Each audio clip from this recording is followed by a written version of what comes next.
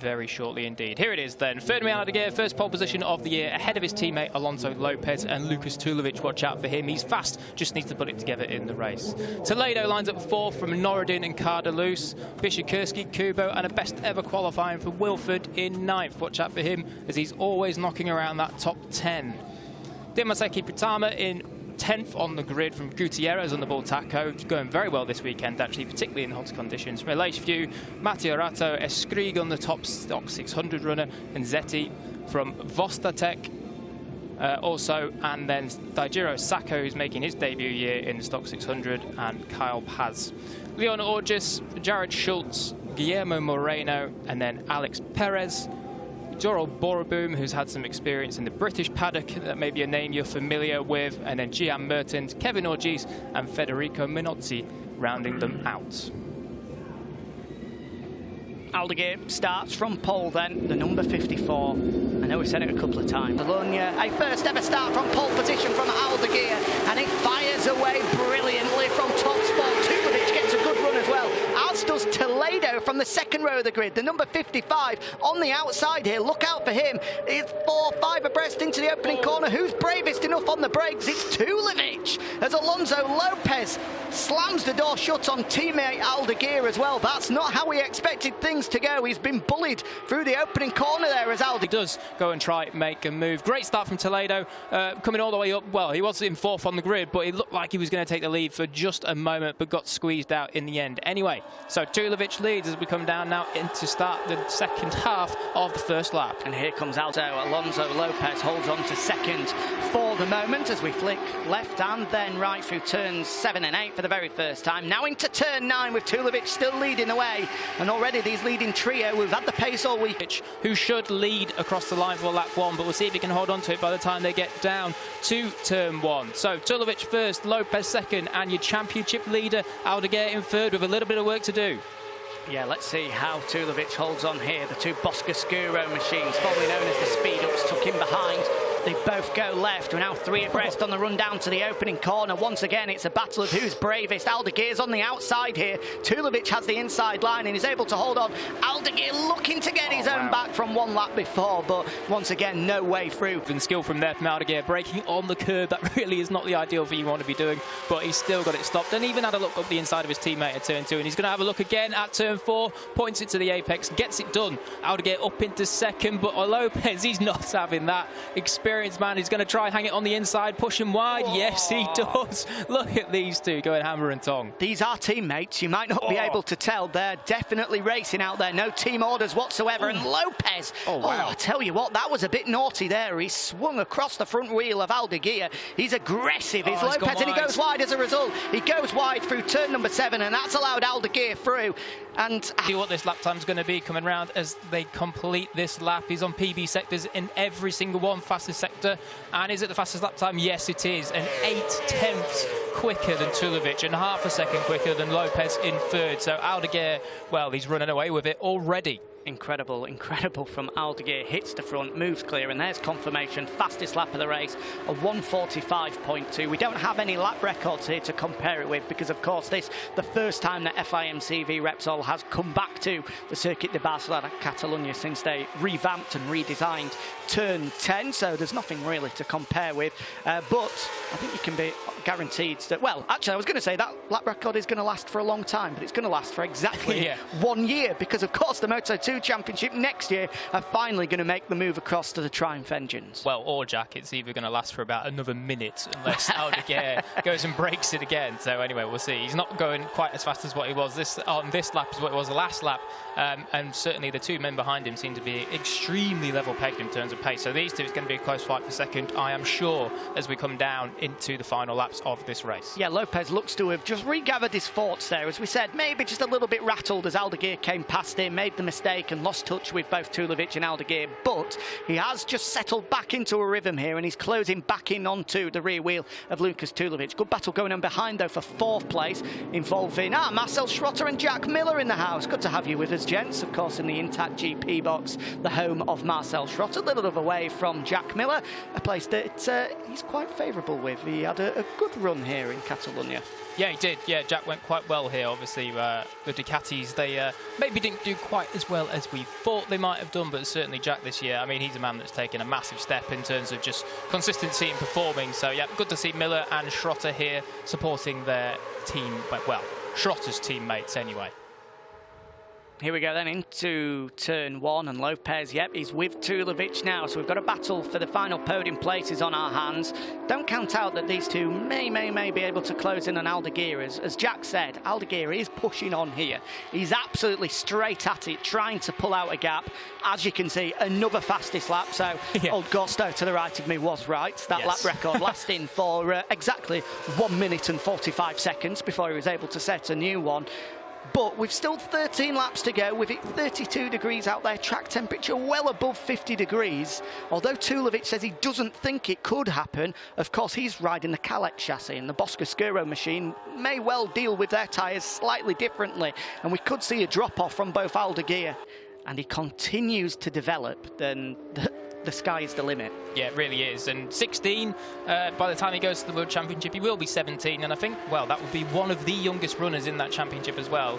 And already, if he's finishing 12th in his debut this year, next year, what's he going to do? Is he going to be top 5 podiums, maybe even go for race wins like we've seen Ralph Fernandez do this year in his debut season? I mean, 17 in the World Championship, I think there's only a handful at the moment in there now. I think Barry Baltus is one who's slowly improving his form. So, I mean, yeah, the sky is the limit for this young man, this young 16-year-old Fermin Aldeguer. I mean, you look at Pedro Acosta, for example. He's 16 years of age, and it's looking extremely likely, if he continues to do what he's doing, that he'll be in Moto2 next year at 17. And the talk surrounding him, well, obviously he's not doing it in the Grand Prix arena, so it's understandable that it's not creating the same amount of noise. But what Fermin Aldeguer is doing is equally as impressive, already on a Moto2 machine. You mentioned Ralph Fernandez, who looks MotoGP bound as well. He's 20. Aldeguer's got 4 years to get to that level. And it looks as though, if he continues his development curve, he'll be there in a couple of years, no doubt. So, yeah, Aldeguer, super rider. But let's not get carried away. 11 laps to go. You need to see the checkered flag here, but it's all going swimmingly so far for the number 54. Currently 3.5 seconds clear of this battle for second place, involving Tulovic and Alonso Lopez. Lopez not finished outside of P2 all year long so far. 3 straight second place finishes, so he'll be desperately hoping to continue that streak, with Tulovic ahead of him, hoping to jump up to second, a best ever finish for him. Oh, here we go. Alonso Lopez looks like he's going to make the move into second. Can he get it stopped on the brakes? It seems as though he can. So Lopez, he's sick of looking up the rear exhaust pipes on that Kalex in front of him, and he slides past Tulovic up into P2. Now, we'll see if he can pick up his pace. He's off the pace of what Aldeguer is doing, but we'll see if he can pick up his pace and pull away from Tulovic and cement that second place. Yeah, Tulovic is going to have to respond here.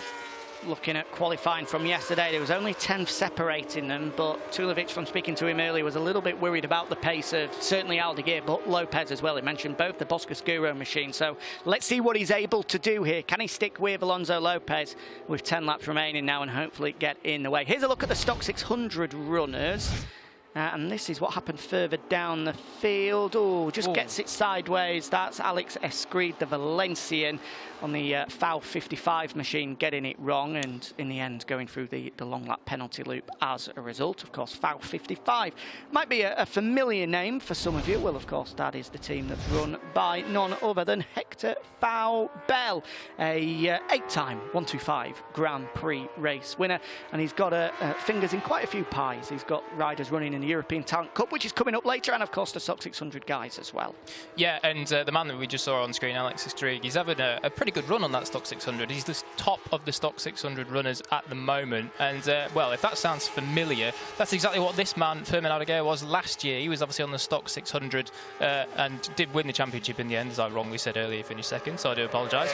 But yes, Alex Escrig certainly doing well there or thereabouts in the kind of top 10. He's had 13th, a 10th and a 12th this season. So going well for the Stock 600, which usually is a significant amount slower than the Moto2 machine. Yeah, doing a good job so far is Alex Escrigil. Hopefully we'll see what's happening, but on our timing screens, both Kubo and Toledo are unfortunately out of this one. Yeah, that's a huge shame for Kubo and Toledo, both having some of their best rides of the season. Good to see that Toledo's okay. Hopefully we'll get a shot of Kubo as well. I think, is that just him on the left there? It might well be. Yeah, so both of them are okay, which is fantastic to see. And this, I'm sure there will be a replay of it. Yes, it will. Here it is, Toledo on the inside. Oh, that's a huge shame. Unfortunate for Kubo there, just being taken out by Toledo. Obviously, just a small mistake, no malicious intent in it. So unfortunate for those two, but that is their race over. Yeah, racing incident, that one. And as we did see on our pictures there, Toledo walking across and holding his hands up, apologising to Kubo for that one. But those things can happen. Great shame for Kubo, though, if I remember rightly, crashed out of his Grand Prix debut last week as well. So he's not had the best of fortunes here in Barcelona, as Kubo. But the good news is, hopefully it'll be third time lucky for the Thai rider. These guys get underway later on, 3 o'clock local time. I've heard there's a football match on at that time. But, yeah, careful. We know you like the football, Jack. No, don't. Some serious racing going on here.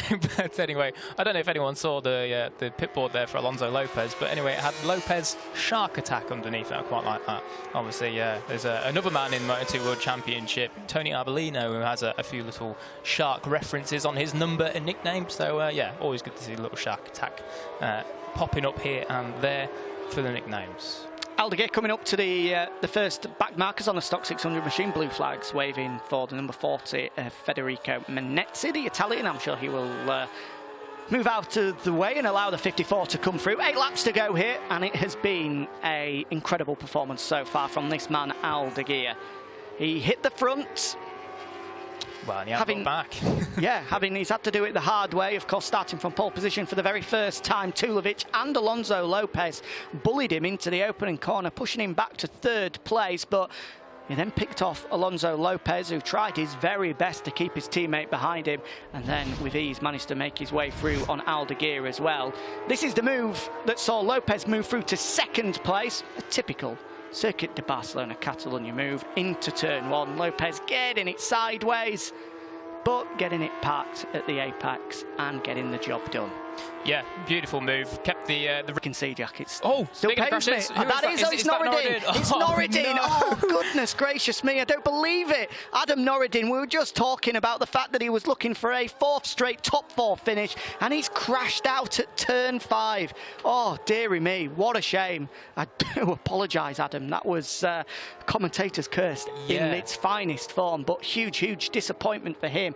He was looking for that consistency. We'll see him hold on to third in the championship, but with Tulovic now battling it out for either second or third, 16 points currently separate the two teammates in third and fourth in the championship. So if Tulovic is able to hold on even with a third place finish, I think he may well leapfrog his teammate. They'll certainly go tied on points if he finishes third. If he finishes second, he'll go to third in the championship. With 4 laps remaining, it looks as though second place may well be just out of reach for Tulovic now. In the back of your picture there, the gap was half a second a couple of laps ago, but I think there was a mistake from Tulovic on that last lap. 0.8 of a second slower than Lopez in front of him. Either the tyres are starting to cry mercy and it's game over for Tulovic, or he's made a mistake somewhere out on track. That crash for Norridin, however, does promote Cardelus up to 4th. Yeah, and it's certainly one man's misfortune is another man's gain, and certainly that is exactly what's happened there for Xavi Cardelus. And this will be his best ride of the season by, well, a good margin. His PB at the moment in this season is 7th, so 4th place will certainly take that. To see the electric knees there on the downshifts, getting them nice and squirrely. And then also, this man, top 5 now, so certainly a confidence-inspiring performance for Piotr Wysokurski, who's looking to kind of take that next step. We've seen him often around this kind of mark, 5th, 6th, 7th, very, very close to the top guys, but not able to take that step towards the top 4, and it looks as though he's just about getting there now. Yeah, certainly this will be, if he can see the checkered flag with 3.5 laps remaining, a third top 5 finish for Wysokurski. And in 2019, he was caught up in a big incident with Denis Onchu, who high-sided at turn number 5, and then in the second race of the day, unfortunately, he had to start from pit lane, and the bike went bust on him as he pulled down a pit lane, and we've had another faller. This time, it's McKinley Kyle Paz, the Filipino rider going down. It looks like turn 5 to me. So double disappointment for the VR46 Mastercamp squad with both Kubo and now Paz out of contention. Yeah, shame to see them both going down. A little bit of work to do for those boys before they come out for race 2 later, having to get the bikes rebuilt, but I'm sure there's not too much damage, only a little front ender, so should be all okay. But one man that's been completely unaffected by all the drama, all of the crashes, everything, is this man, cool, calm and collected out front, and looks as though he's going to do what, unfortunately, Moto3 championship leader at the moment. And if we see this man again on the bike later this season. That's the thing. I mean, you say we expect him to continue this form throughout the rest of the season as we start the last lap of our first of 2 Moto2 races here at the Circuit de Barcelona, Catalunya. If I want to be honest, I don't think we'll see him finish the European Moto2 Championship season. I mean, if there's an opportunity coming in the World Championship, I think people will be throwing the bucket trying to get him on that bike, and you can understand why as well. You know, if there's an opportunity there, I think he'll be flying through into the World Championship before the end of the year. But let's see, we'll have to wait and see. Hopefully, we're treated to his brilliance here in the European Moto2 Championship. On to the final lap, as I said, and this battle for 4th place is going to go right down to the wire. Xavi Cardaluz currently holding off a charging pole in Piotr Biersakurski, who's about a second adrift 2 and 3 laps ago, but he's closed the gap now, just 0.3 of a second separate them with half a lap to go. This is the fight for the final podium spot, second for a 4th time in a row. Looks like going the way of Alonso Lopez, with Lukas Tulovic picking up another podium finish, just a second of 2020 for the German. Half a lap remaining for him, but the day will belong, well, half of the day will belong to Fermin Aldeguer, with another race to come later on. To this man, I mean, it's incredible, his career path, the way that it's sort of evolved over the past 2 years. He was in the European Talent Cup in 2019, showcased on multiple occasions that he had the pace, but for whatever reason couldn't find a seat in the Moto3 Junior World Championship. People just didn't fancy him. They didn't want to give him a seat, an opportunity. So he had to go to the Stock 600 class, a route that very few take, but he won that in dominant style. He's got a deserved seat in the Moto2 class with the championship winning team, and he's made it 4 in a row. Back-to-back victories for Fermin Aldeguer. What a rider, what a performance, and it's a 1-2 finish once again for the Boscoscuro squad, with Lukas Tulovic completing the podium. So there's a very happy team then, 1 and 2 for their riders once again in 2021. 4 times those two have dominated the top 2 steps, and this is going to come right down to the flag, and it looks as though Cardaluz has just hung on by the slimmest of margins, just under a 10th in the end from Biersakurski, who throws that arm to say well done, basically. But yeah, great ride from those top guys. Tulovic, another stunning ride from Tulovic to take 3rd, his first time since round 1, but he's going to be getting frustrated that these 2 green machines are just that bit quicker. Yep, they certainly will. We go for race 2 later on today, as we see our Stock 600 winner come across the line here. Here's the number 11 of Alex Escreed. 3 wins to start 2021 for him. That's now 4 wins in a row for the number 11. Happy with that one. Big fist pump as he comes across the line. The Fermin Aldeguer of the Stock 600 class continues his domination, and behind it's a podium finish in the Stock 600 class for Leon Org.